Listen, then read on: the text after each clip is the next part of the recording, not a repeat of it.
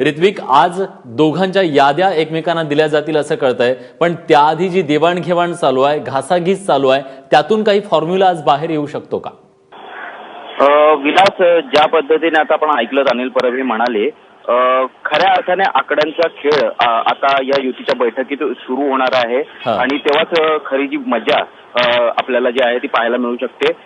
भाजपने शिवसेनेकडे युतीच्या चर्चेच्या दुसऱ्या फेरीत जरी 114 जागांची म्हणजे 50% जागांची मागणी केली असली तरी भाजपचं जे टार्गेट आहे, जे वरिष्ठ नेत्यांकडनं सांगण्यात आलेलं आहे दिल्लीत मधल्या, ते 105चं ठेवण्यात आलेलं आहे. कुठेतरी ही घासाघीस करून 105 पर्यंत सीट पदरात पाडून घेण्याचा भाजपचा प्रयत्न असणार आहे. मात्र शिवसेनेच्या गोटातनं जी माहिती मिळते ती अशी आहे की मागच्या महापालिका निवडणुकीत 69 जागा भाजपने लढवल्या होत्या, त्यावरून ते 95 ते 100च्या आसपास जागा सोडण्यास तयार आहेत.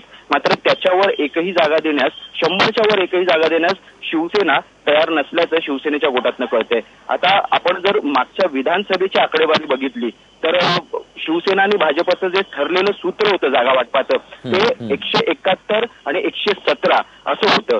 पण लोकसभेच्या यशानंतर भाजपनी 50-50 सीट वाटप व्हावं अशी मागणी केली होती, परंतु त्या आधीच युवा सेना प्रमुखांनी 151ची घोषणा केली होती आणि 5 ते 6 जागांसाठी ही सगळी युतीची जी बोलणी आहे ती फिसकटलेली होती.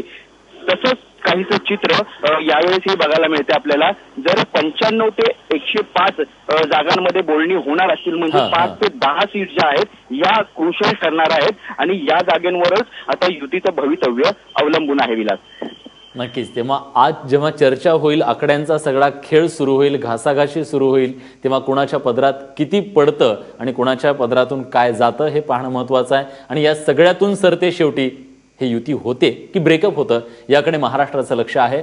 तुमच्याकडून या सगळ्या संदर्भातले ऋत्विक अपडेट्स घेत राहू.